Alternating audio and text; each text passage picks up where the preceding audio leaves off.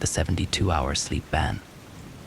I've always associated my birthday with that depressing time of year where a cozy autumn turns into an early winter decay, where colorful leaves die, leaving a withered brown shell behind. Still, people are expected to celebrate their birthdays. It's strange if one doesn't. I don't. My fiancé recently asked me why I never celebrate my birthday, and it's a hard one to explain. When you've been through something traumatic, everything sort of brings you back to that moment, one way or the other. And while I'd love to tell her about it, I don't think I can without sounding like a maniac. I thought I'd start by just telling my story anonymously, and sort of go from there. It was the year I turned 13. Since You Been Gone was blasting on the radio every hour of the day, my friends and I were quoting How I Met Your Mother religiously. It was a good time to be a kid. Since my birthday was in the middle of the school week, my big birthday plans were postponed until the upcoming weekend. Still, I couldn't complain. Birthday cake on a Tuesday didn't sound all that bad. I got home, had a small celebration with my parents, and opened a few presents. 2 new games for my PlayStation 2 score. I finished up my homework and browsed the net for a few hours ahead of my scheduled bedtime when there was a knock at the door. We rarely had visitors, so to have someone knocking at our door at 10 p.m. was unusual, to say the least. My parents had already opened the door by the time I was halfway down the stairs. There was a man in a fancy jacket with a clipboard standing outside, along with 2 armed guards. I sort of fell into the middle of the conversation. So we need you to sign the consent form, and we'll get started, the clipboard man said. Any questions? This can't be legal, my mom said. On what kind of authority are you? Ma, this is an emergency. We have been authorized to bring anyone and everyone, if need be, but I promise you it'll be a less pleasant experience than what you could achieve here in the comfort of your own home. As the discussion continued, the armed men pushed into the house. They had a sort of checklist they were going through, asking questions as they poked and prodded. Someone mentioned a satellite phone, which we didn't have. I hurried back upstairs. From my window, I could see them putting wheel locks on our car. They were testing some sort of electrical equipment too, and as they did, I could see the internet connection on my computer disappear. My cell phone lost all bars, and while I didn't check, I suspected they'd done something to our landline as well. They were isolating us, putting us under some sort of lockdown. I still didn't have the slightest idea of who these people were. There were no patches, badges, ranks, or symbols. Just a bunch of serious-looking men in windbreakers with visible gun holsters. After a few minutes, one of the men entered my room. My parents were worried sick, but were told to wait outside. The man was about 6', and had the look of someone who could kill me with his bare teeth if need be. Without a word, he started to go through my things. You got any walkie-talkies, he asked. Any radio science projects, something like that. Nope, I said, shaking my head. I got a PlayStation 2. That can go online, right? I never got the chance to answer before my mom added. We don't let him play online games, she said. It can't do that. As if to make sure, he pulled the power cable and dropped it in a sealed bag, along with various knickknacks and keys they'd collected. They weren't taking any chances, and I wasn't playing my new games anytime soon, it seemed. As they finished up their impromptu house inspection, we were asked to gather downstairs. The fancy man with the clipboard cleared his throat, and the room fell deathly silent. Even my dad, who was usually a very assertive man, didn't have much to add to the conversation. That's how you knew it was serious. For 72 hours, this and surrounding neighborhoods are under lockdown, the man explained. There is a localized problem related to a recent geological event, which has caused some unexpected issues. I'm sure you've noticed some minor oddities as of late. Like what my dad added. Milk turning sour. House plants getting a strange color tint. Swarms of frogs cluttering the roads. My parents said nothing, but they nodded. Perhaps they'd seen something I hadn't. The man put down his clipboard as he explained, calmly. You have been exposed to something akin to a chemical. It reacts violently to the release of certain hormones which are associated with deep REM sleep. To ensure your safety, we are currently enforcing a temporary 72-hour ban on sleep. Excuse me. My dad took a step forward, but one of the armed men responded in kind. They both stopped before it had the chance to escalate. Exposure was approximately 9 hours ago, meaning you have about 63 hours left to go.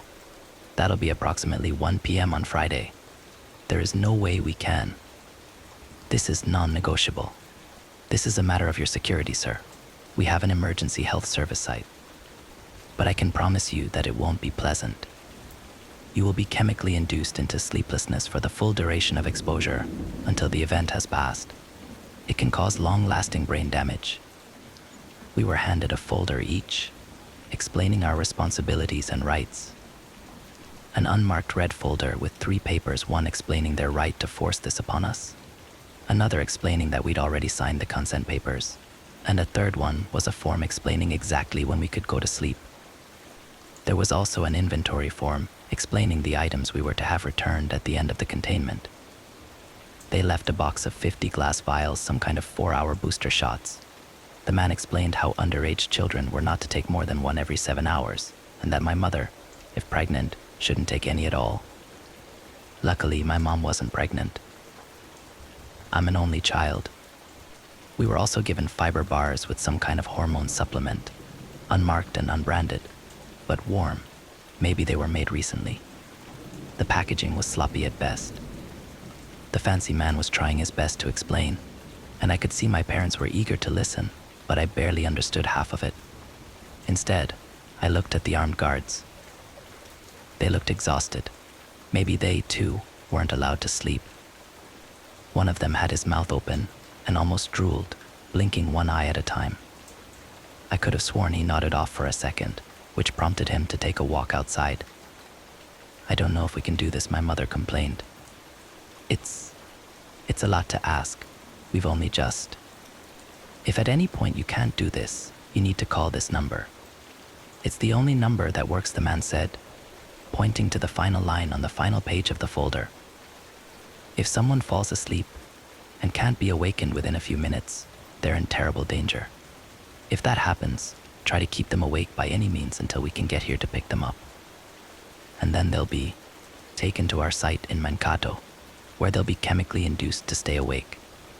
So what exactly happens if someone doesn't make it, my mom asked.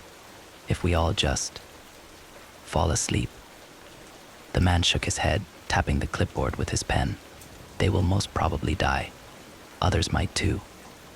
While they went into the kitchen to explain the details, the angry-looking guard approached me with the sealed bag, handing me back my PlayStation 2 power cable. He gave me a pat on the shoulder. I checked with the tech team, he said. You're good to go. And, happy birthday. I'd almost forgotten that it was my birthday. I appreciated the gesture, but I just couldn't bring myself to smile. I had too many questions bubbling in the back of my head, and I was too afraid to speak. They probably talked for another 20 minutes or so before the men left, leaving my parents and I alone in the kitchen. My mother was smoking under the kitchen fan. I'd only seen her smoke 2 times, once when she lost her job, and another time when her father got sick. Smoking in the kitchen was a surefire way to tell something was wrong.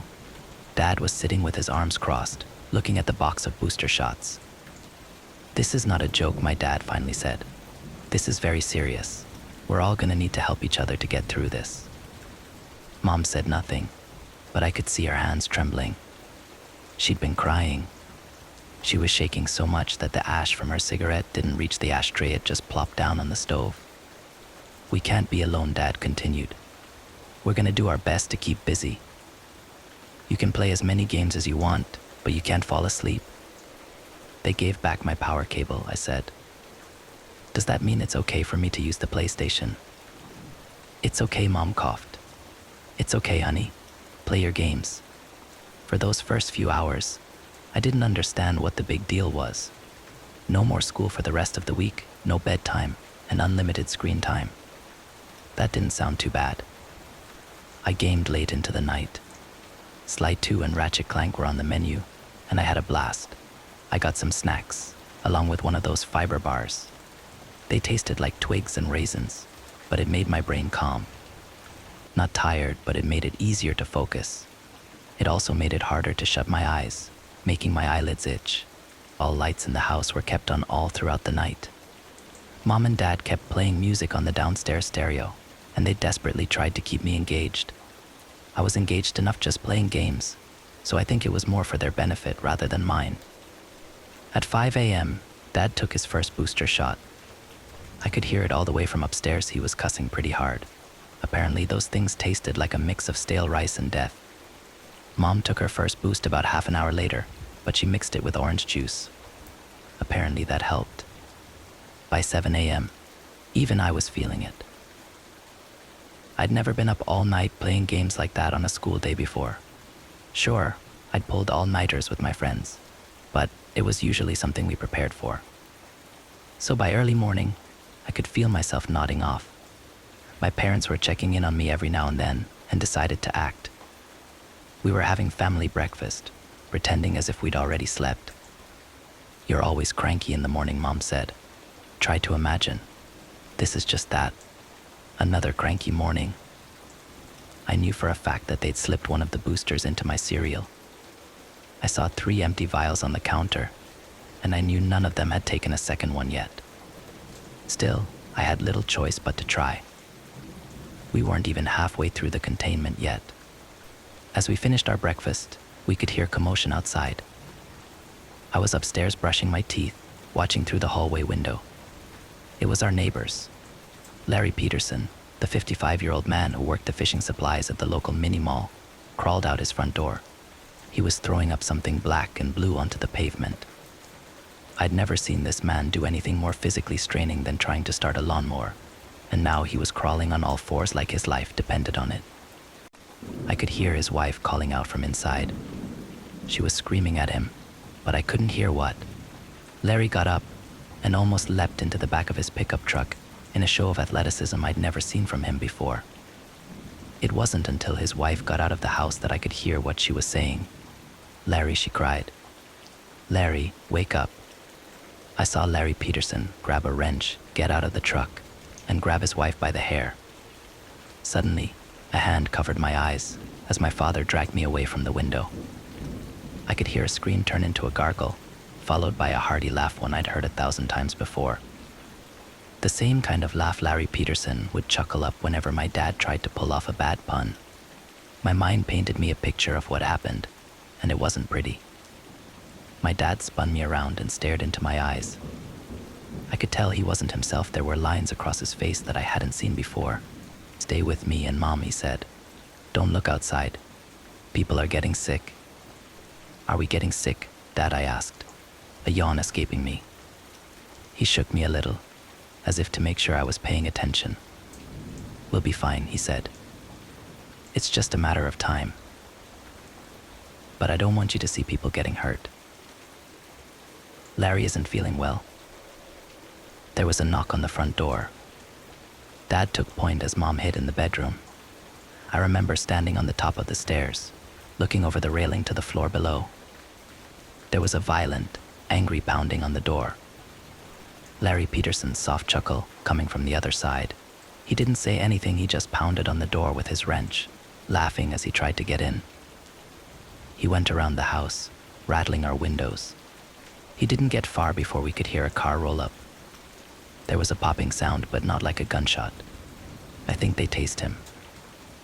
By the time I could hear Larry Peterson get dragged off, my mom had come upstairs with a smile taped to her face, asking me to show her how far I'd gotten in my fancy new video games. She was clearly trying to keep me distracted, but I didn't mind. At that point, I wanted desperately to be distracted. I could imagine Larry Peterson on the other side of the front door, his white t-shirt stained with that strange black and blue goo he'd thrown up, wielding that wrench with a manic grip. The thing was as large as my arm and solid metal. I'd never considered it a weapon, but thinking about it made my blood run cold. Had he really killed Mrs. Peterson? Why? Mom and I spent the next few hours playing video games. We also made a plan.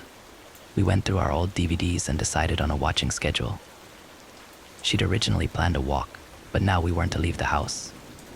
She didn't want to say why, but I had the feeling that there was something outside the Petersons' house that she didn't want me to see. Bloodstains, maybe. I was too afraid to find out. My parents tried their best to keep the mood up, but I could tell it was getting to them. My dad was mostly just standing there, leaning against the door, staring straight ahead like in a trance. Mom tried to occupy herself by playing games and watching DVDs with me, but she was counting the minutes until she could get her next booster shot. I wasn't eager to take one. They made my stomach all queasy. We made it all the way until noon. Dad was having trouble staying up and kept washing his head with cold water. He tried to keep busy doing housework that he'd kept for a rainy day, but there were constant distractions. We could hear sirens in the distance, and at one point there was someone spraying our front door and windows with a high-pressure water hose, possibly to wash away the last traces of Larry Peterson. There were dog patrols going up and down the street, along with the occasional phone call. The one number that still worked, where someone called to make sure we were all awake and accounted for. By dinner time, Mom was having stomach troubles. Her shaking had gotten worse, and she was having trouble with sudden change of smells. Dad kept rubbing his eyes and checking his watch, getting up every 10 minutes or so, just to move around. We had decided that we were going to play board games after dinner, but Mom was having trouble keeping herself from throwing up. We ended up just reheating a lasagna from a few days back. I didn't mind. Mom made amazing lasagna, but my appetite was quickly lost when I saw my mother barely keeping it together. She kept drooling and making this weird chugging sound. She was blinking slower and slower. Dad tried to get her to eat one of the fiber bars, but she just ran out of the kitchen, locking herself in the bathroom. It was touch and go for a while. I could feel my heart racing as Dad tried to convince her to unlock the door, but she just couldn't do it. After a while, she stopped responding. Dad had to break the handle with a hammer, but it was too late. She was already sleeping. I could hear it through the door. As the door burst open, Mom had only been asleep for a couple of seconds, a minute at most. But she was sitting on the toilet, her head leaning back, and something was coming out of her mouth. Black and blue fingertips poking out over the edge of her lips, and her throat undulated. The moment Dad grabbed her, she tipped her head forward, coughing. Dad washed her face in the sink while yelling at me to wait in the other room. For a few minutes, I was just sitting there ready to run or hide. It might have been too late, I figured. She could have already been affected, like Larry Peterson. I could hear them arguing in the other room, and as their voices went from angry to desperate to sad, I didn't know what to do. When they finally returned, they sat me down to explain that we were going to be fine, that we were almost halfway through, and that we were in the home stretch. They were so kind, warm, and careful in the way they explained it, but my mind was 1,000 miles away. I had trouble focusing, and all I could think about was that strange noise I kept hearing in the background. Something outside. Dad was halfway through explaining how we weren't going to lock our bathroom doors anymore when something in me screamed at me to react. It was just a slight click, but it was clear as day. Maybe it was those booster shots, but I kept hyper-focusing on little details rather than big picture stuff, like an actual conversation taking place in front of me. I closed my eyes, and no less than a second later, there was a loud bang. Someone was shooting at us. It was only a couple of shots, but we dropped to the ground. One shot got lodged in the front door, while the other cracked the kitchen window. There were loud voices outside, laughing hysterically. They were talking, but barely making any sense. One of them sounded like she was trying to talk with food in her mouth. Mom and Dad kept quiet as 2 more shots popped off, one of them hitting the kitchen light. With an electric spark, it gave out, blacking out most of the kitchen. I could hear someone running and laughing as they continued down the street. In the distance, there was more gunfire, maybe someone responding in kind. "We can't stay here," Mom whispered. "We gotta call them." "You wanna go to where they put Larry?" Dad answered. "To be in a whole hospital full of these people. They're shooting at us. We can't just..." Mom quieted down and looked at me. She and Dad excused themselves to talk in private while I was asked to move upstairs. I was to stay away from windows, and I couldn't sit or lie down. They'd be up to check on me in a bit. But of course I was too curious. While still hearing them argue downstairs, I checked an upstairs window. I could see pretty far down the street, and in the distance I could make out a car stalling on the side of the road. The headlights were still on, but it was surrounded by at least 6 people. 2 of them were dressed like the armed guards we'd seen earlier. It took me a while to realize there was an old man sitting in that car. I'd seen him around a couple of times, but I didn't know his name. The surrounding people were trying to crack the car windows with various weapons: tire irons, bricks, hammers, lead pipes, whatever they could get their hands on. It didn't take them long to break through. They reached in to pull the man out. It was too far off for me to hear his screams, but I could vaguely see what they were doing. They held him down and covered his face with their hands.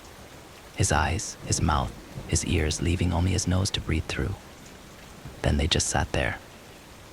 It took me a moment to realize what they were doing. They were forcing him to sleep. After a few minutes, they let go of him. The old man slowly stood up, leaned against his car, and started to dry heave. After a while, the same blue and black goo that I'd seen from Larry Peterson started pouring out of his mouth, stopping only as he coughed up some kind of clot that could barely fit in his mouth. A clot that moved. As he straightened his back, he looked at the strange group, and they walked down the street together. Some jogged, some sprinted.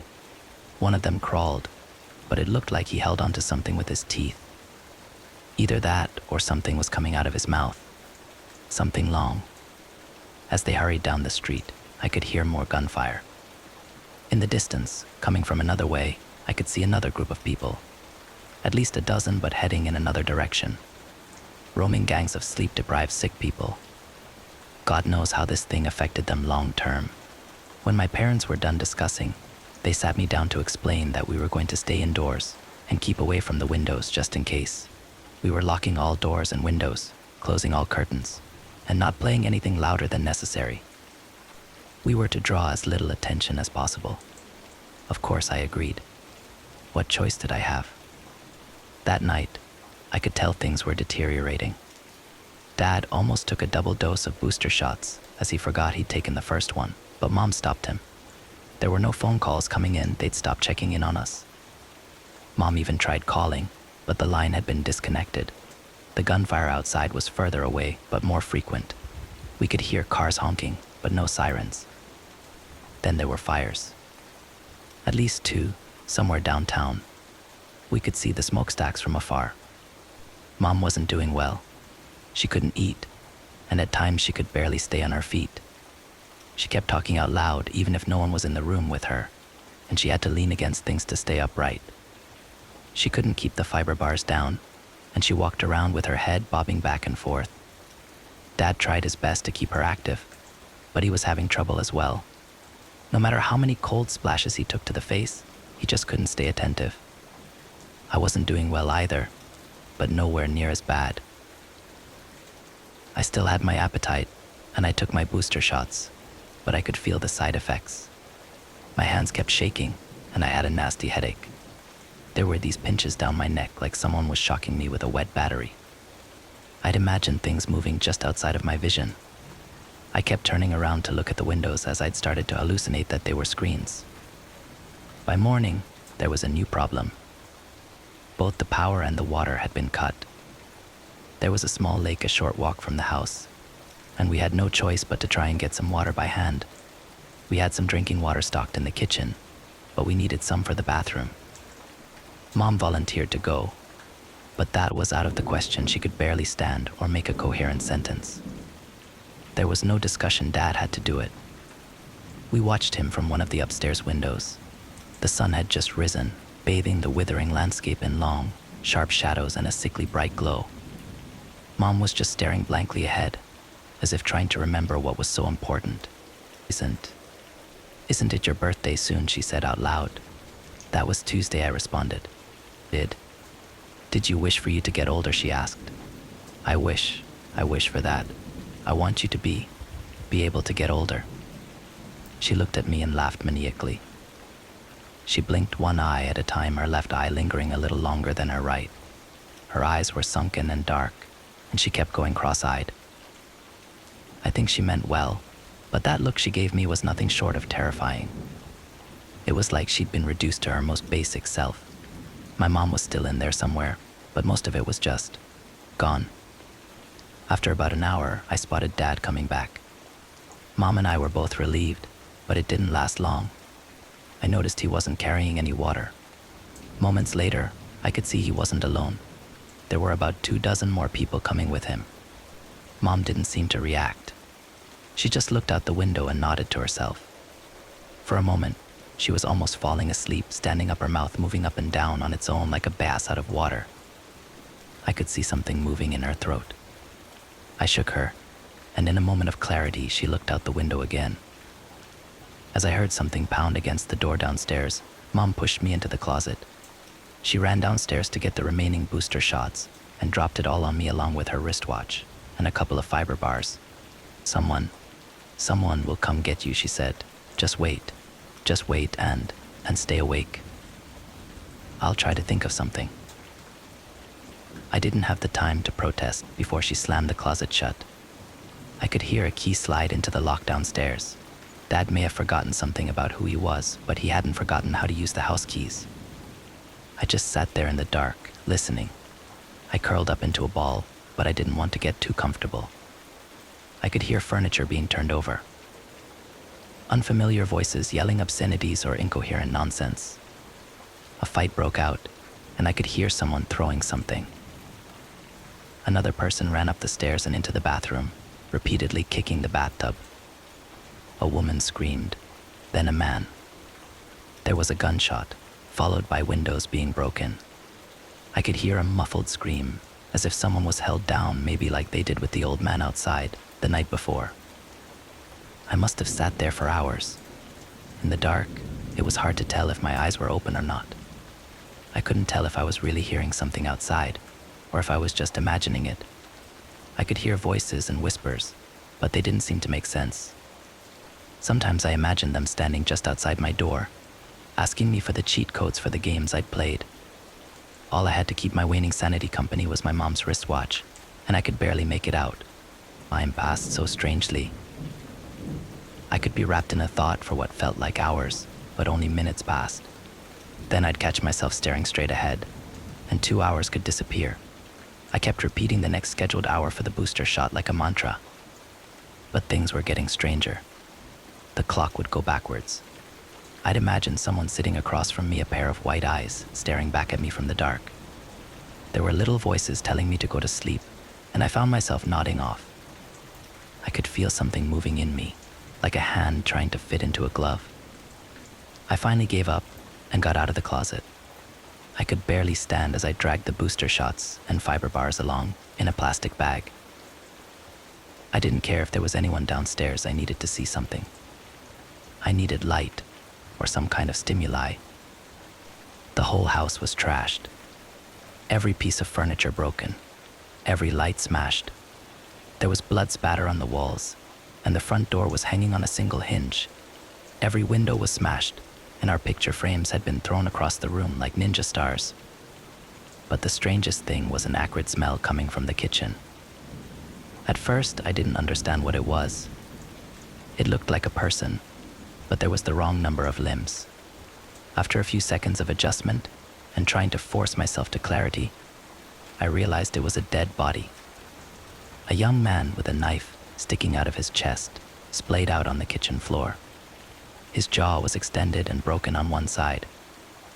There was a black and blue arm reaching out of his throat, reaching upwards to grab his own head. Something in me stirred. Something in me didn't like what I was looking at, and I wasn't sure if it was me or something else. I tried to push it down with a fiber bar, which strangely worked. I made my way outside in a daze. I didn't know what to do. Part of me wanted to find my parents. Another part of me wanted to get out of town. I wanted to look for a bike, or just start walking, or catch a bus. Of course, there were no buses to catch, but my sleep-deprived mind couldn't separate fact from fiction anymore. That entire night was one long living nightmare. I kept imagining things coming out from the dark. I could hear voices telling me to turn around, to stop, to run all at once, and none at all. I could barely keep my balance, and stopping even for a moment would send me straight to sleep. I had to keep going. I even took an extra booster shot, which just gave me this sharp joint pain and made me sweat. I could tell I'd done something stupid. I took a shortcut through the park. I could see faces coming out of the trees. I saw a man lying face down on the gravel path, being pulled forward by an arm coming out of his mouth. I saw a man out by the lake, repeatedly slapping his arms against the cold water surface, like a manic child trying to get as high a splash as possible. Some of it was real. Some of it wasn't. I couldn't tell which was which. Not anymore. When I finally reached downtown, I saw at least 24 people gathered outside a burning building, all of them with black and blue arms reaching out of their mouths, stretching towards the flames, as if slowly wafting air towards them. Like human kelp moving against an invisible current, they leaned back and forth in unison, praising whatever chaos they'd caused without a word or sound. And yet, I could hear them, welcoming me, beckoning me. All voices unique, carried to me by an unfelt wind. Come closer, it begged. You belong here. I turned away, and the voices grew louder. Desperate, screeching, demanding my attention, my devotion. Some of them coming from outside, some of them coming from the rumble of my stomach. It's already here, it laughed. It'll never go away. It'll never sleep. It'll never stop. Hands reached for me. A face in every window. Voices reaching from beneath the concrete. Gunfire. Broken windows. Glass cracking under my rubber boots as I shuffled past burnt-out cars. It was dark, then bright, then dark again. And at some point, I succumbed. I felt concrete against my cheek, but I couldn't bring myself to get up. My legs wouldn't move. My eyes wouldn't open. Yes, the voices laughed. Come. Come to us. Come burn with us. And then, darkness. I don't know how long I was out. Hours, maybe half a day. I woke up to see a man running towards me, asking me if I was okay. A car had pulled over, bathing me in a warm light. By the side of the road, a colony of frogs looked at me. In the distance, my eyes landed on a discolored sunflower. It had turned blue. Strange how you don't notice the most obvious changes until they stare at you in the face. Turns out, exposure had happened at least 6 hours earlier than the man with the clipboard had predicted, and I'd been awake long enough for most of the effect to pass through my system. I was found unconscious by the side of the highway, about 9 miles from my house. While I did have an uncomfortable, dreamless sleep, the effects it had on me were nowhere near as bad as what happened to most of the neighborhood. I'm sure you've heard of it. Riots, they called it. Just another mess up in a low-income area. I don't even think it reached national news. Some of the people who succumbed to it early got permanent brain damage. Larry Peterson was never the same, but it was hard to tell if it was because of the emotional trauma or the sleep thing. Either way, he had to have a nurse come look after him a few times a week for the rest of his life. Mom and Dad weren't completely unharmed either. Mom developed some kind of narcolepsy after that night, spontaneously nodding off at the most inopportune times. Dad lost his sense of taste and smell. To this day, they're having a hard time explaining what exactly they experienced. To them, it was just like going to sleep and having the most horrible nightmare only to wake up in a hospital bed. Sometimes I wonder if I did fall asleep. Some of the things I saw were so strange that there was no way to tell if they were real or not. I vividly remember that scene of hands waving back and forth outside that burning building downtown. It had to be real. That building really did burn. As you might imagine, I have a hard time looking back at this. Thinking too much about it gives me this icy feeling in the pit of my stomach, like a small part of me believes that this is all just a big nightmare. That I'm still just a clock's tick away from waking up in that closet, with someone standing just outside, waiting for me. Or maybe it's something inside of me, still waiting to grab the reins. Maybe it's just a night away. Next story. I'm a phlebotomist at a rural hospital, and a patient's body was all wrong. Hi. I'm a 32-year-old woman and a phlebotomist at a rural hospital. In case you're unfamiliar with phlebotomy, I'm someone who takes blood from patients and prepares it for various kinds of testing. Last year, I encountered an issue with a patient that I've never seen before or since. It's been hard to get off my mind, and I hope writing about it will help. I guess this is also a last-ditch effort in hoping that someone will believe me and help me understand what happened. I've worked at this hospital for 4 years after spending the previous 4 at a nursing home. I had a bit of a rough upbringing mixed with some drug use, actually part of what got me into this line of work. As I mentioned, my current hospital is deeply rural. There are about 15 miles of woods right out back. I used to spend my smoke breaks out there before all of this. I encountered this patient on the graveyard shift, also known as the overnight. I'm rarely booked on those, as phlebotomy is considered the less urgent sector of the hospital that usually doesn't require late nights, but we were lighter than usual on nurses back then. I was just sitting down when the CNO told me that we needed a draw in a 145. I remember feeling annoyed as I made my way towards the back of the hospital. Whoever had done their intake had put this patient at the very end of the hall, with about 20 empty rooms between them and our other bookings that night. It was off the round structure. A 145 was the only room with light under the door. I did my usual knock and announcement before walking in. This part was all captured in the hallway monitor, which I checked the next day. The moment I walked in, I nearly fell backward. A man had pulled the chair from the far corner of the room, near the window, right up to the doorway. He was sitting and facing the entrance and sprung to his feet the moment I walked in. A boy was lying on the bed behind him, and I could feel a breeze coming from outside. I distinctly remember that the man had on a ball cap that read Louisville in faded letters, and big black sunglasses that contrasted his sallow, droopy skin. He was wearing a shirt that also read Louisville, and he stepped back as I stepped forward, pushing the chair behind him with a scrape. "I didn't mean to scare you," he said, quickly, shaking his head back and forth. I remember just laughing in response and telling him it was fine, that I was just used to the chair being in the corner. I turned for the patient chart tucked in the clipboard holder and found it missing. When I turned back, the man was holding it out for me and told me that he'd just finished filling it out. I took it with a nod, scanning the details, then walking over to the boy. It had been filled in with sloppy handwriting. I don't remember all the specifics of how I interacted with the boy, but I know I must have followed my usual procedures before a draw. I smiled down at him, and he stared up at me with watery, green eyes.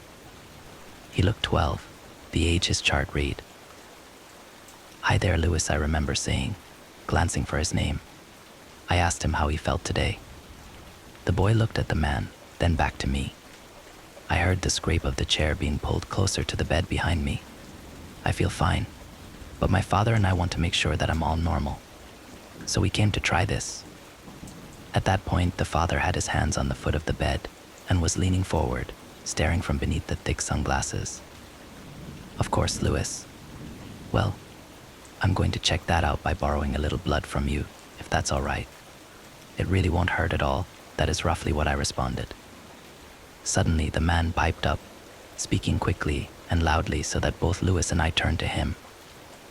"It won't hurt at all," the boy nodded in response and seemed to repeat it to himself. I felt myself begin to grow uneasy at the father's mannerisms as I made my way across the room to the medical cabinet.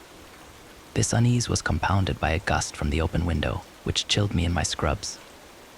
As I looked out the open window, I could see the tree line not too far away, and the branches swaying and clawing against the night sky. I remember that very distinctly. We never kept the windows open, so I moved to close it. As my hand stretched out, I could see the man standing stiffly behind me in the reflection from the glass. "Please, leave it open," he cooed. "We get very hot." I was tired, and the man was standing very close to me, so I acquiesced, turning back to the medical cabinet and opening it for my supplies. I grabbed what I needed and placed it on the sink counter, washing my hands as I routinely did and slipping on my gloves. I know that all the equipment I took was standard butterfly needles, Vacutainer collection tubes, gauze, tourniquet, everything you'd expect. There was nothing faulty about the materials. I know that isn't what happened here. I walked up to the left side of the bed and asked Lewis to sit up nice and straight. Normally I prefer using a nice cushiony chair, but those are a bit down the hall, and we're already comfortable in bed, is what I told him, stupidly, instead of taking him to the draw room. I remember things more vividly from here. I placed the collection tubes and needle down on the small table nearby and applied the tourniquet around his mid-bicep. He stared solemnly up at the ceiling as I began to thumb the crook of his arm for the vein. That's when I first knew something was wrong. As I stared down at the boy's arm and felt around with my fingers, I couldn't find the tracings of his veins anywhere. I pressed my thumb harder, squinting, as if it would make the blue streaks appear beneath his skin. After nearly a minute, I started to feel confused. I smiled up at the boy, whose eyes held the same watery stare. I decided I'd best try my luck with a puncture. I drew my tools, wiping the crook of his arm with alcohol and aiming the needle in the same place I always did. I was hoping I was just tired. As I dug the needle in, I hoped for the momentary resistance and then gentle pop that accompanied the finding of a vein. But none came. "I'm sorry, I'm going to need to try again," I said, softly. It was what I always remark when I can't find the vein, though I rarely need to. I slid out the needle slowly, pressing a square of gauze against the area before repuncturing. Again, I felt nothing. As this process continued for 6 failed puncture attempts, I began to notice a few things. The first, which I realized as I pushed in the needle for the 3rd time, my teeth gritted, was that the boy did not seem pained at any moment. It was like putting an IV drip in an unconscious person. The second thing I noticed, while I withdrew the needle for the 5th time, was that the gauze I was pressing against the venipuncture sites was clean. I turned the white pad back to me and didn't see a single drop of red. As I looked at his arm, I could see the holes I'd made, but no spotting of blood. The third thing I noticed, after my 6th attempt was unsuccessful, was how close the man had gotten to me while I was trying to draw his son's blood. He was seated on the other side of a rather wide hospital bed, but he was stretching across it, leaning on his hands and crooning his neck, his face only a foot from mine. I almost dropped the needle when I saw him, and it unnerved me even more than Lewis's seeming lack of veins. "Something is wrong," the man breathed, and I moved my chair back to create some distance. I put down the needle and stood up, moving towards the foot of the bed. The man paralleled my movements, shooting up from his seat and standing in front of me with a few long strides. The man spoke in a hushed voice from beneath his cap and glasses. "Please, tell me what's wrong," he sounded nervous, in a genuine way, but it did nothing to reduce my unease. I whispered back, "I'm sorry, I just haven't seen this before. I'm searching for a vein to draw from, and I just can't find one." The man paused, his hands fidgeting. "What do you mean, exactly?" I let out a confused laugh, mostly out of discomfort. I remember wondering if there was a language barrier. I can't find the vein, as in the blue tubes filled with blood in his arm. I've never been unable to locate them like this. "It's not normal," the man muttered, seeming to cock his head to the window behind me. "It's okay. I'll talk to him. He's just nervous." I shook my head back and forth, confused. I don't think he's nervous. In fact, most kids are a little scared of the pain, but Lewis doesn't even seem to notice it. I'm worried something is wrong with him, maybe some kind of hypovolemia. His skin feels almost rubbery. The man began to shake his head back and forth, as if he were mimicking my motion. No, pain and veins. He's all right. I will speak with him for just a second, and then you'll check again." The man was wringing his hands together now. The skin on them, like on his face, looked too wrinkled for his age. The man spun back towards the boy and took 3 long strides until he was at his side, muttering something. I looked over to the door and pictured the long stretch of hallway between myself and the rest of the people in the hospital. I considered who had done intake for the 2 of them, and if the man would even know what I meant if I asked for his insurance. I looked back out the window and wondered again, more intensely than I had the first time, why the glass and the screen were open. The man's voice cut into my thoughts. "Okay, he is ready." The man was standing next to my chair, one hand tightly gripping the boy's shoulder. A thought came to me then that if I were to yank that hat and sunglasses off his face, the man would fall apart like that girl with the ribbon on her neck. The idea scared me. As I moved towards my chair, the man slinked behind it, holding the back of the seat. Looking at the both of them was starting to make me sick. One time I saw a patient brought in who'd clipped his knee against a rock while cliff diving, twisting his lower leg so badly his foot was facing backward. The wrongness of looking at that was what I felt while looking at the father and his son. I sat in the chair and just focused on the boy, hearing the man breathing heavily behind me. I drew a fresh needle for Lewis and reached for him before my eyes widened. There, running up and down his arm, were thick blue veins. I gripped his elbow and could feel them pumping beneath the skin. They were undoubtedly there. I could hear the man's breath quickening, almost with excitement. I didn't know what to say. I wiped the area in the crook of the boy's arm and prepared the needle. Lewis's skin felt moist, even through my gloves. I saw his face and neck, too, had droplets of perspiration. His skin was almost sticky now. I'm scared. Lewis's voice came out like the croak of a frog. His big, watery eyes met mine. Some of his hair was clinging to his forehead from the sweat. I stopped moving the needle towards his arm and leaned forward. "Lewis, are you okay? Is something going on?" is what I responded. I could feel the man leaning over me. The boy nodded. "Yes. I'm scared of the pain. From the needle. It won't hurt any more than last time, Lewis." "It's okay." I think that's how I reassured him, but I myself was confused. After that, Lewis turned to look back towards the ceiling, his face going back to the stern grimace it had the entire time. I'd never seen such an inhuman reaction before. I didn't know what to do but proceed with drawing the blood. I aimed the needle right towards the bright, obvious veins and dug it into his arm. I felt the pop of the vein almost instantly. I closed my eyes for a moment as the blood flowed from the needle into the first vial on the small table. I vividly imagined 20 minutes from now, when I was back down the hall, recanting what an odd experience my last draw was, and someone would commiserate with me that the graveyard shifts were always a mental strain. That's where I wanted to be.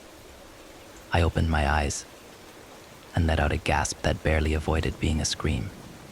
What I saw was that the blood sliding from the needle, up the tubes, filling the first vial was a deep blue, the same color as the boy's veins. It looked like thick blue paint. I likely would have fallen backward out of my seat if it didn't mean I'd fall into the man behind me, and the idea of touching him was worse than anything. "What's wrong now?" The man's was leaning down behind me, not far from my ear. His voice sounded harsher now than when he last asked this. "Nothing," I remember stuttering out. I stopped the draw as it filled the first vial, sliding the needle out and wrapping gauze around the puncture point that began to stain blue. I knew I needed to get out of there. I picked up the vial and could hear the man moving behind me. The boy held his same zombie-like stare at the ceiling. As I stood up, the man was in front of me, between my path to the door. One of his hands was extended out to me. He was grinning, and I looked away from his teeth. I've replayed this interaction a lot of times in my head. "Please," I said then. I don't know exactly why. Everything's normal with the boy, now. "Yes," I sputtered out. I felt like I could hear movement from outside the window. Excited movement. "Please," the man replied, grinning wider. I held out a vial, placing it into his palm from which the skin seemed to sag, and he moved out of my way. I almost ran towards the door, pulling it open as I felt tears begin to well in my eyes, and then slamming it behind me. My leaving, as well, was captured on the camera. And that was that. I told the CNO, and whoever was there at the time, nearly hysterical, that there was something horribly wrong in the room at the end of the hall, but it was empty once they'd reached it. I don't know exactly why any of it happened. I know people in here probably more willing than most circles of the internet to believe this kind of crazy stuff. If anyone has any ideas, I'm open to hearing them. I haven't come up with any medical or logical prognosis. The last thing I should say is that since then, If I'm ever unfortunate enough to get the graveyard shift, I'm very careful. I make sure to lock all the windows before it gets dark, because I sometimes hear the ones in the empty rooms rattling from the outside. Next story. My deaf girlfriend got a hearing assist dog, but the dog keeps alerting her to sounds that aren't there. My girlfriend Anaya had to wait nearly a year before finally getting matched with an energetic black lab named Trixie, but there were problems with our specially trained hearing dog from the get-go. How a hearing assist dog is supposed to work: someone knocks at the front door, and the dog informs the owner, in this case, my girlfriend Anaya, by nudging her wet nose into her owner's leg. What Anaya asks, spreading her hands, where then the clever dog leads her to the source of the sound. Properly trained, a good hearing dog can alert its owner to the microwave, oven timer, doorbell, smoke alarm, any sound she's trained to recognize. Trixie, the black lab, we were assured, was one of the brightest dogs to ever come out of her training program. But she was a little too bright, because she developed an unusual habit alerting to sounds before they happened. The first time I was sitting on the sofa typing on my laptop when Trixie's head came up, ears perked, telltale signs of an impending alert. She raced over to Anaya, tail wagging, and nudged her, then lead her to the front door. I frowned, because I definitely didn't hear any knocking or the bell. Anaya dutifully looked out the peephole and then turned to Trixie and scolded. No, she walked back to me inside. False alert. She gave me one this morning while you were in the shower too. False alerts can be a problem with hearing dogs, alerting to sounds that just aren't there, hoping to get treats. But Trixie just stood by the door and whined, stubbornly, as if insisting she was a good dog who'd done her job. I was about to suggest to Anaya we contact the assistance dog organization for advice, when ding dong, I almost jumped out of my seat. There's someone at the door, I told Anaya. Trixie wagged her tail as we both hurried over, her tongue lolling in a puppy smile as we opened the door to find a UPS driver holding a package, and a FedEx notice on the door as well. After pulling the notice off the door, Anaya turned to me. Gosh, maybe it wasn't a false alert this morning. Maybe she just alerted me too early, like now. She must have heard the package carrier's footsteps on the sidewalk, I guessed. I marveled at Trixie. Man, she's got phenomenal hearing. We gave Trixie her treat and told her good girl, and she ran a few triumphant circles before fixing us again with that doggy smile. Boy, did I get that one fucking wrong. Her mother. That's where things took an odd turn. Now, I knew from news reports the mother died in their trailer while her daughter was off staying at some boyfriend's place for a few days. Natural causes, it read. I wanted to know a little more about what natural causes they were. Figured if there was a congenital thing, it seemed like maybe I ought to know. You'd think the way the trailer park owner reacted to me asking about it. I'd tried asking the Russian government for proof of a democratic election. Thin, reedy little woman who gave me hell the moment I mentioned a name.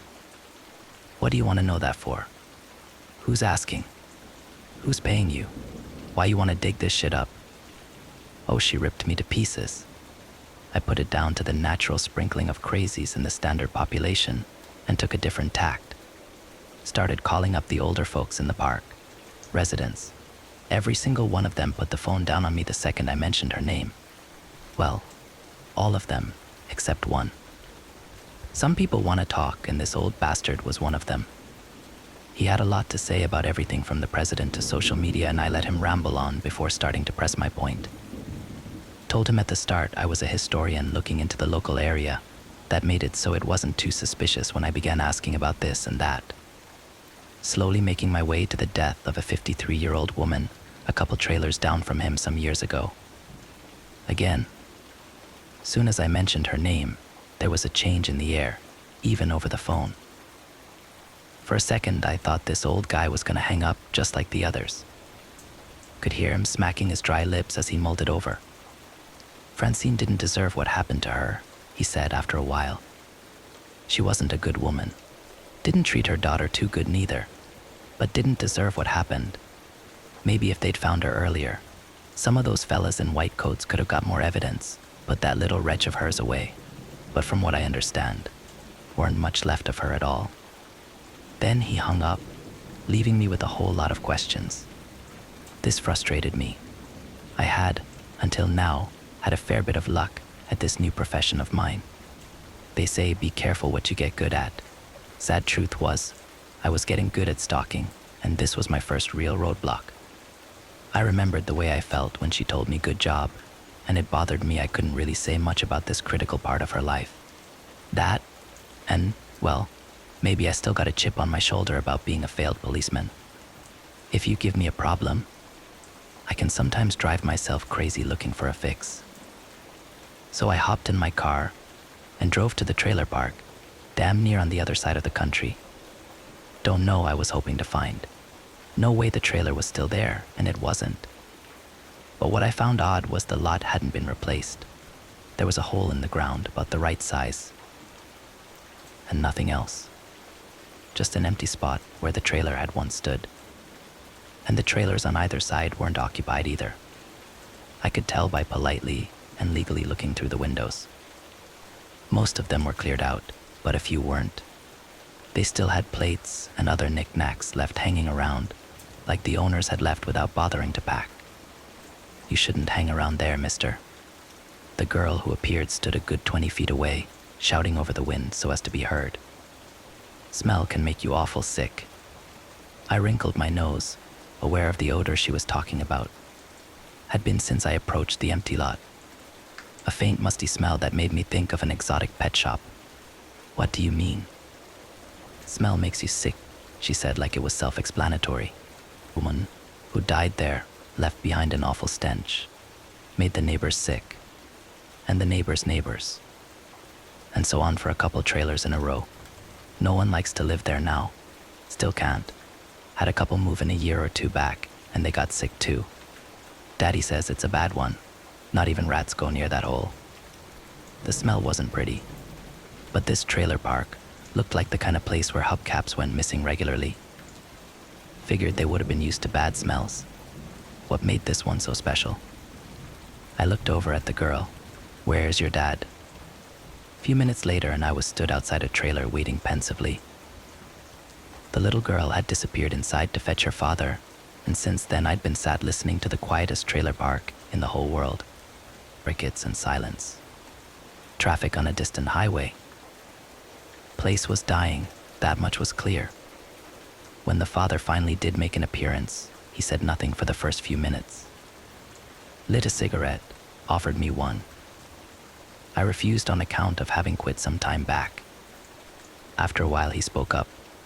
I'd invite you in, but if you've been hanging around that old lot, not sure I want you inside my home.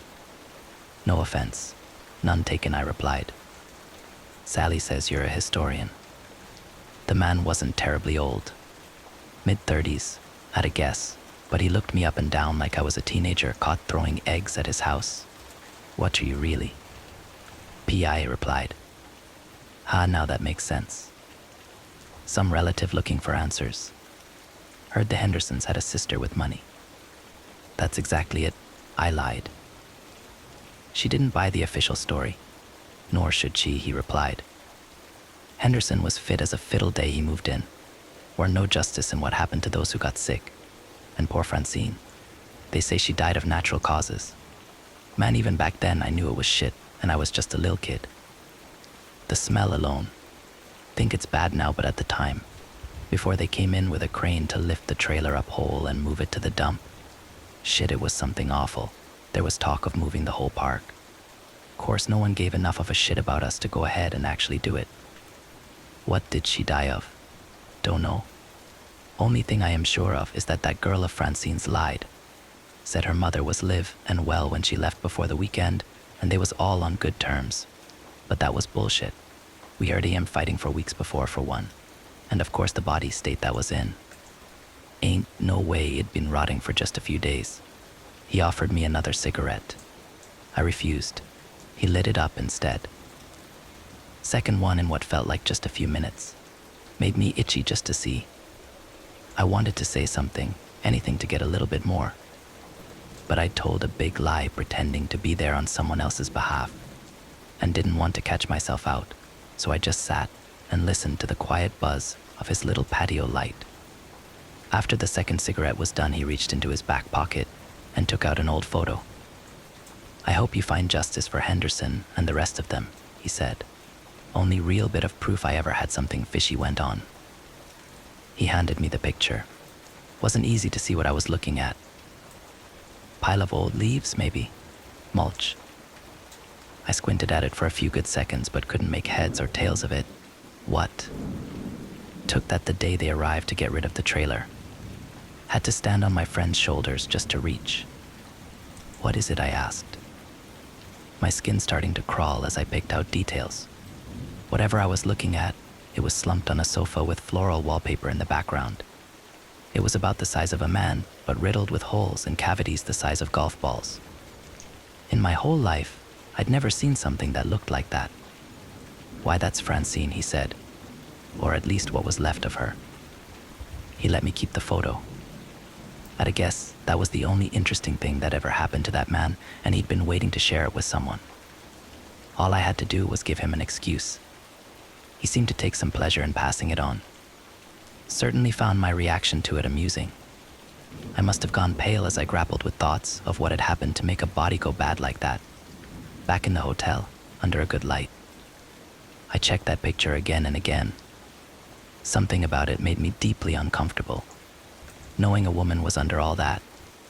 All those holes and crevices must have been made in her flesh. And what happened to her skin that turned it such a funny texture?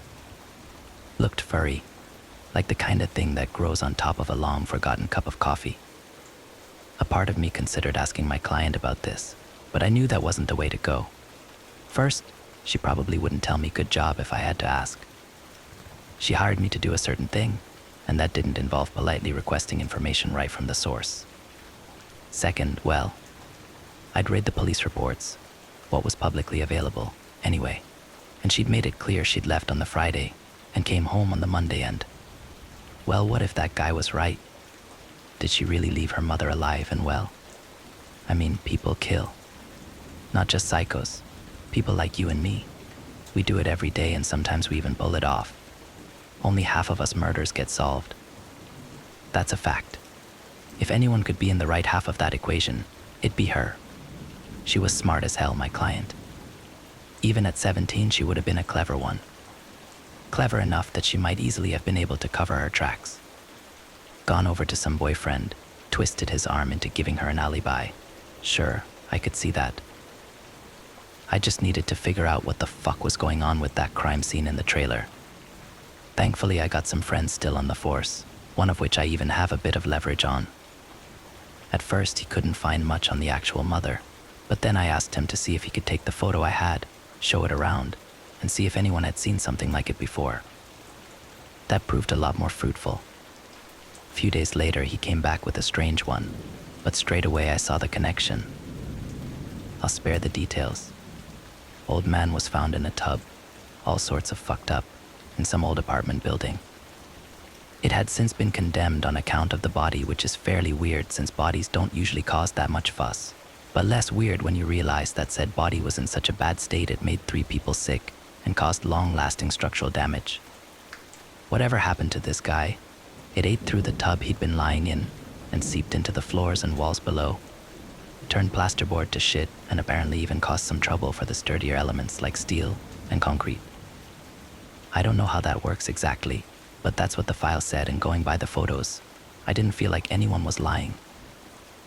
As for the pictures, what can I say? Made my fucking skin crawl. No blurry little Polaroids snapped by a kid. These were professional crime scene pictures that showed something in a bathtub that didn't register as human until my eyes went looking for details. He looked like a hairy paper wasp's nest, only there were fingers and nipples and other little things that made it clear it had been built using a person as the framework. No face though, just a head like a pile of used paper plates. Looking at those photos made me learn a new word just to describe how I felt. Trypophobia. It wasn't just the one guy either. Building was linked to the disappearance of the ground floor tenant, some computer geek. I didn't worry about him too much, but what did catch my eye was there was only one woman living in the whole place. Second floor apartment. The registered name was somewhat familiar, close enough to a certain someone's that it raised the hairs on my neck. Police at the scene managed to get a photo of her, and sure enough, there she was, my client going by a different name. Clearly something fishy was going on, or else why the pseudonym? I figured it possible she'd maybe offed her own mother. Parents and spouses make the most common victims. But what connection was there to that second corpse? And what about the missing guy?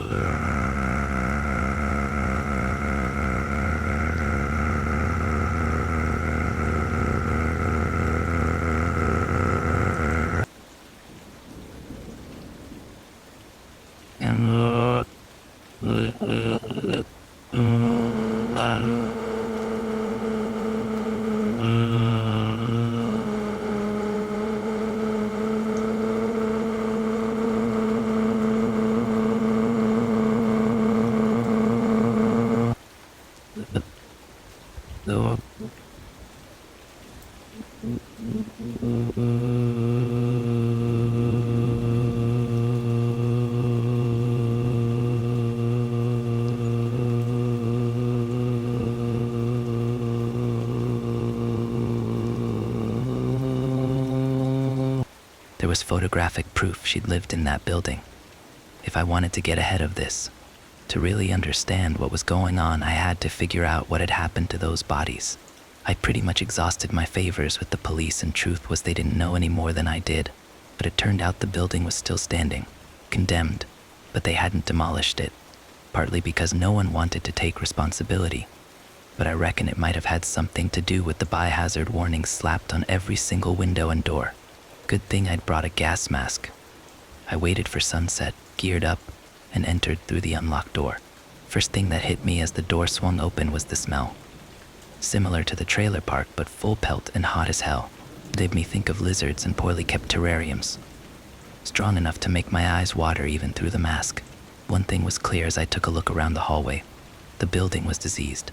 Not just run down or decrepit like the usual urban decay. This was something else. It looked like the inside of a clogged pipe. You know how limescale fills it up? It was a bit like that. This oily rust-colored fluid had seeped down the walls and left them glistening and soft. Gropey stalactites of the stuff hung down from the ceiling like old party banners.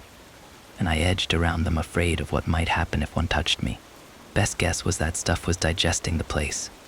Anything soft or organic was going or gone. Old umbrella frames were left standing in one corner. The fabric burnt or dissolved away. The carpet was reduced to just a few patches no bigger than my hand.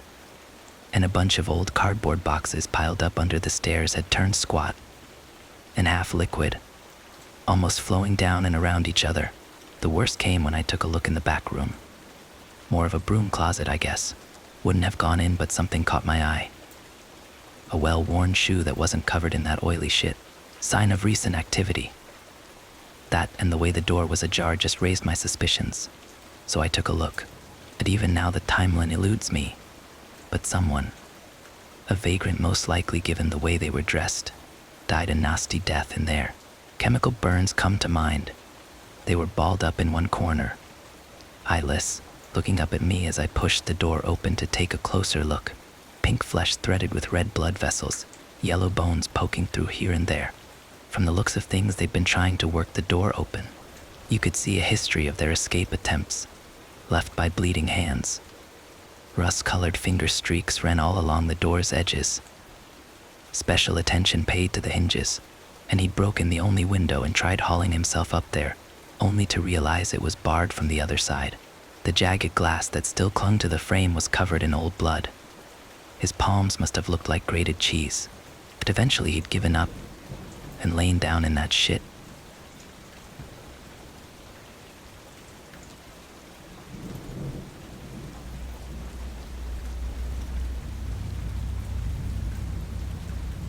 If I'd only been in the building a few minutes, and that shit was already eating through my shoes, I could hear the thick rubber sole sizzle.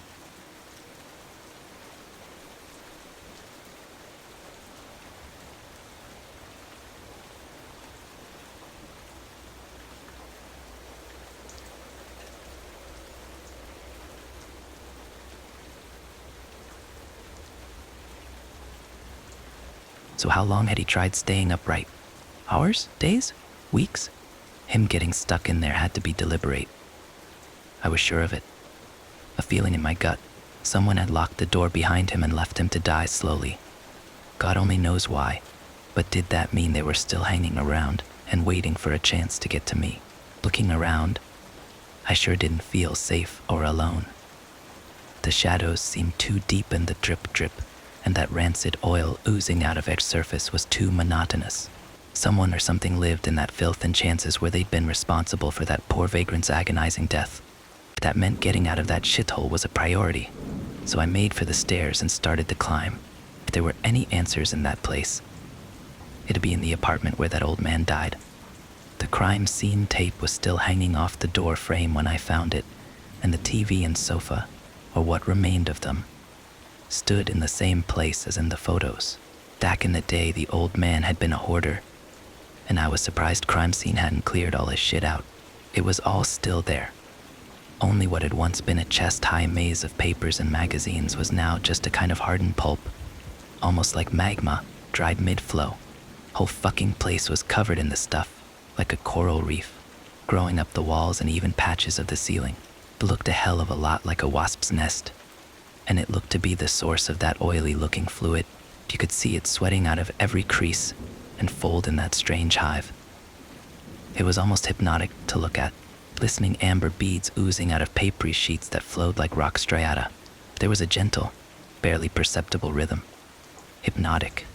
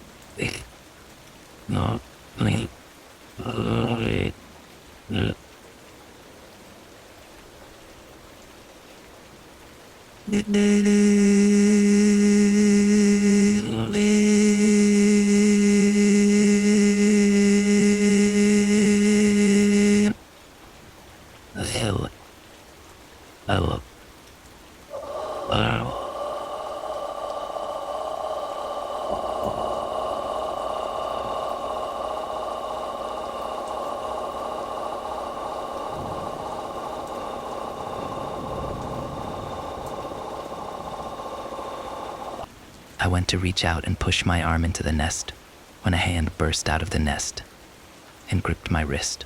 I was so surprised I didn't even make a noise, but instead wordlessly fell back as the hand pushed me away from the nest. A very nearly skinless forearm followed, and soon after a face emerged from the papery nest, like a grime-covered nightmare, black eyes and a lipless mouth. It was a man that could have passed for a corpse, like a half-digested piece of meat. Terrified, I struggled to my feet and realized that this person had broken damn near every bone in my wrist with that single grip. "Your meat smells raw," he growled before heaving himself out of the nest in a disgusting parody of childbirth. My sanity flickered, and the next thing I knew I was on the ground floor with bleeding eyes and both hands frantically pulling at the door handle. My mind returned in pieces. I blinked red tears away but didn't stop trying to open the door. I felt it, that urgent need to leave, like a suffocating man feels the need to breathe. But I'd fucked up bad. I'd sniffed out the closet and saw the trap laid there, but hadn't seen the larger one set for me. There was only one way in and out of that building, and I hadn't jammed the door open. Now it was shut, and nothing I did could get it open. With more time, maybe I could have pried the jamb or even kicked it down, but my heart was racing and my vision blurring. I wanted out of that place. A hot primal need to get the hell out. The air was too hot, my mask too stifling. Sweat condensed on the inner plastic and made it damn near impossible to see. And the pain in my wrist was a throbbing explosion that made sensible thought impossible. I'd realized early on into my little foray that I was underprepared. But the scale of what that meant eluded me until I was there wrestling with thoughts of exposure and contagion and disease, fumbling at a greasy doorknob with a broken hand while suppressing thoughts of what might be crawling up my leg or back or neck. Panic threatened to consume me. The world and all the normality it represented was right fucking there. I could hear it. The distant hum of traffic. The amber glow of streetlights that lit up the biohazard posters. Not 30 minutes ago I'd been there. Safe and far away from this waking nightmare. I was being reduced to a prey animal. Even in the moment I could sense it happening to me, being made into something lesser. But it was like my actions were no longer my own. When I finally gave up on the front door, I turned around and saw the shadows way back at the hallway begin to shift as something descended the stairwell. There was no other way out. No door. No window. Just me, a long corridor, and a nightmare coming right at me. Something inside me gave up. I don't know how to describe it. I'm still not sure if it was that building and that strange fluid that seemed to warp my own thoughts, or maybe there's just too much one person can go through. But I could practically hear the thin membrane of my sanity tear as I fell backwards into the door and slid down onto my ass, breathlessly awaiting my terrible fate. I almost contemplated turning off my light, but by then it was too late. I could see him coming towards me. He was legless. Nothing from the waist down except blackened viscera trailing up the stairs behind him. He pulled himself towards hand over hand with hungry eyes. Before I knew it, he was on top of me, one hand gripping my mouth with a salty palm, the other stroking my hair. And then in an instant his demeanor changed. He pulled back with a terrified cry and scrambled away like I'd just stuck him with a blade. "No, no, no, no," he muttered. "No, no, you should have said, you should have said. I didn't know, I thought you were another one. I didn't know, I thought you were here for me. I didn't know you were hers." He cowered away, pedaling on both hands backwards while keeping his eyes fixed on me. "Tell her I did not know you were hers. I could not smell until I was close, very close. If I hurt you, I am sorry, tell her. I am sorry, I did not mean to hurt you. It is just I do not get to eat often, and am always hungry." With a rapid gesture, he threw the key for the door at me.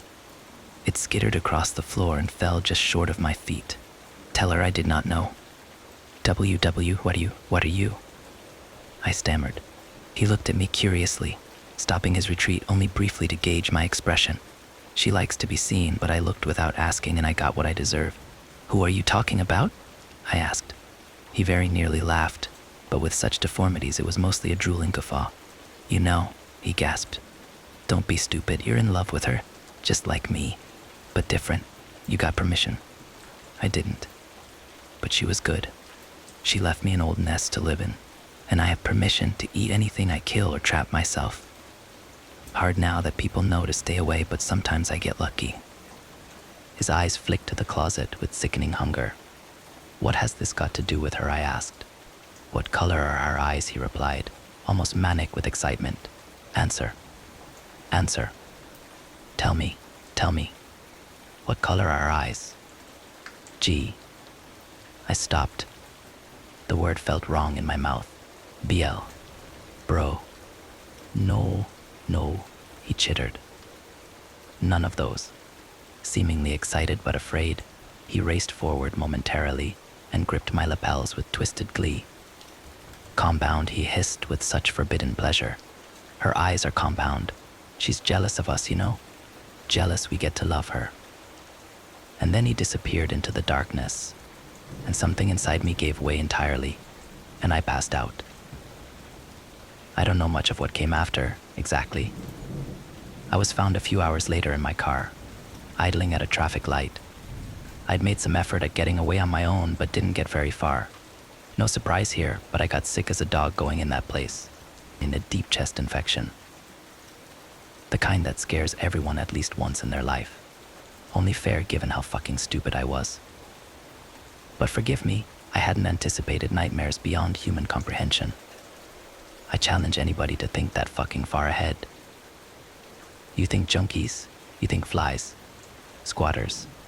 But that guy, that man slipping out of the nest and barreling towards me on 2 hands, my mind going sizzle pop along with the soles on my boots. In real life, shit like that always sneaks up on you. So I paid the price. 6 months. Jesus. 6 long months. I got every fever you can think of. Sepsis, kidney failure, liver failure. Month after month drowning in my own fluids, coughing up shit that made the nurses gag and leave. I asked the doctor what the long-term effects will be, and he winced before reading a list of things that didn't leave much hope for a happy retirement. And if it was hard on my body, it was even worse on my mind. Those fever dreams. Doctors say what I remember in that building, that was all just part of the sickness. Say I spent a good 3 days in a coma and strange dreams are the norm, which I might accept if it weren't the fucking skin graft still healing on my right hand. No one can explain that. My client visited. Just the once. There are universally sad moments in life, and one of them is realizing someone you have a lot of affection for doesn't have it back. They have some, just not the same amount. It was always one way though, wasn't it? I saw her every single day, but if I was doing my job right, she only saw me once a month for our meetings. Our arrangement ended not long after, so I hope anyway. She left like it was nothing but me. Ah, Jesus, it felt like someone excavated my heart right out. Even after what she told me why she was there, even after what I did, I could barely stand up straight. I was so heartbroken. There were times after that I wished the sickness would just take me. Maybe that defeatism is why it got so bad. Who knows? She came to me looking for a recommendation, of all things. She wasn't cold. Far from it. But there was a sense of disappointment as she sat beside me and eyed me up. I liked the initiative, she said after a while, but the results leave me unimpressed. What the fuck happened in that place, I asked. And even though I could barely hear my own voice, she seemed like she heard every word. For a moment, the way she contemplated it, I thought I was going to get a straight answer. You know, my mother said men don't see ugly women. They know they exist, but they just poof them right out to their mind. Like a magic trick. She said we work better being a little plain. Good enough to take home for a night. Any more, and we'd start to leave problems everywhere we go. That guy was a problem. She was trying to warn me about the dangers of attention, but silly me, I went and got addicted. I hoped with you there might be a degree of separation, infatuation on a contractual basis. She took a deep breath, like she'd had a long, hard day.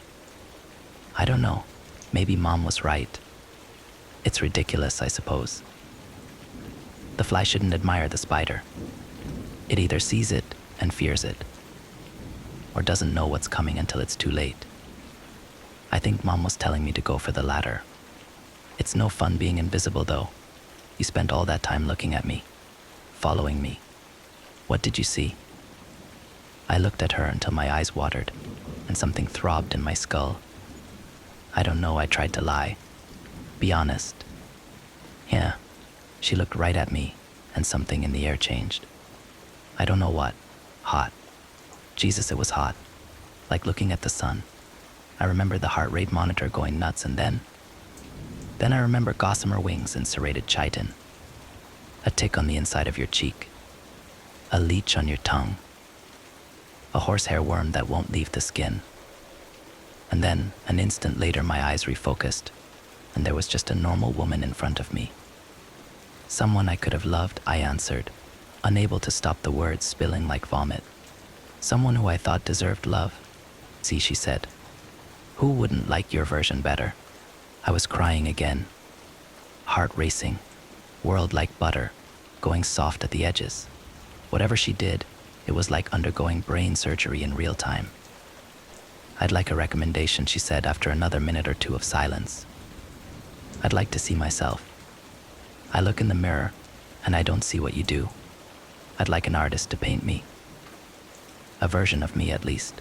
It won't be easy on them. All this time you've probably looked directly at me for no more than 5, 10 minutes in total. Just didn't realize it. Always the back of my head or my hair obscuring just so. That won't do. I want a portrait. I want to know what you see. What will you do to them? I won't do anything. Not intentionally.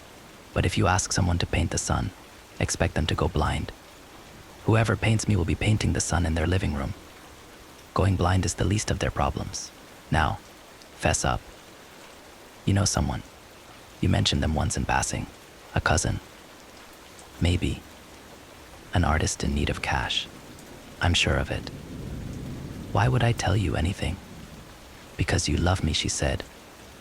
And because despite everything you will get better, and you will come back to me. Year or two, I think. You are adamant I have no hold on you, and you will think that for a long time. And this period of freedom, you'll enjoy it only by my good grace and mercy. You did a good job. Better than any before. I've read your notes and reports over and over and seen details of myself I didn't even know were there. It's a thing of beauty. What you did. And one day soon you'll come back to me with some excuse for why you want the contract to continue. I tried to spit the word never but managed, at best, a weak shake of the head. Something that put a most peculiar smile on her face. It doesn't work like that. It'd be like trying to brute force your way through Alzheimer's. You'll be back. Even now you're mine. All mine. I'm just being gentle. And you're going to give me the name and number of this artist because even though you know I could no more love you than a spider. Loves the fly, you are desperate to please me. Because when I broke the man in that apartment building, when I tore him in two and told him that he would live for as long as I desired, writhing without air for years and years, drowning in sickly fluids, and trapped helplessly in a hive he is determined to maintain even though I wouldn't be caught dead going back there. He was grateful. And with time you'll be grateful too. She put the pen in my hand. She smiled, mouthed the word good boy. And God help me. I gave her my nephew's number. Next story.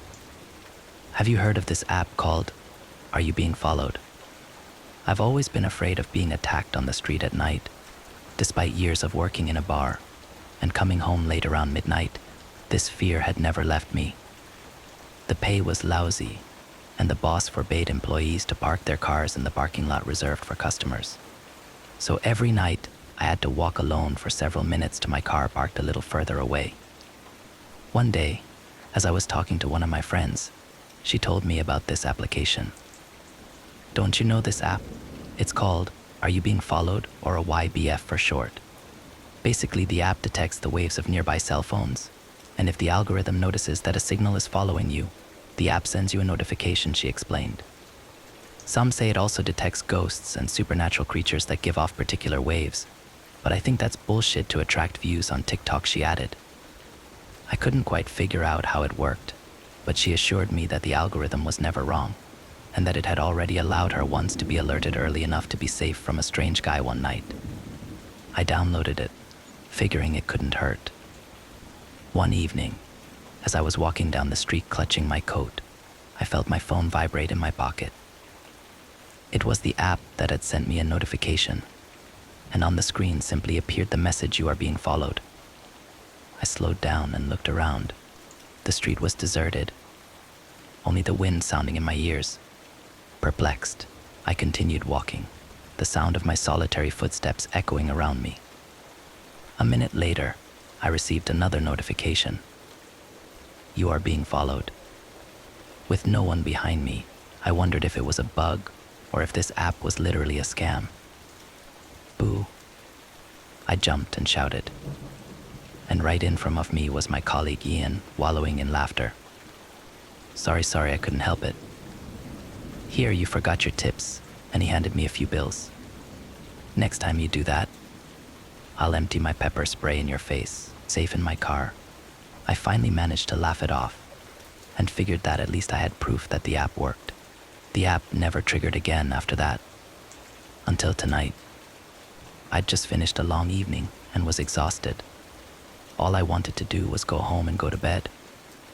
As I was walking alone in the cold night, with just enough strength to look at the tips of my feet without falling asleep while walking, my cell phone vibrated and I picked it up, thinking someone had sent me a text message. You are being followed.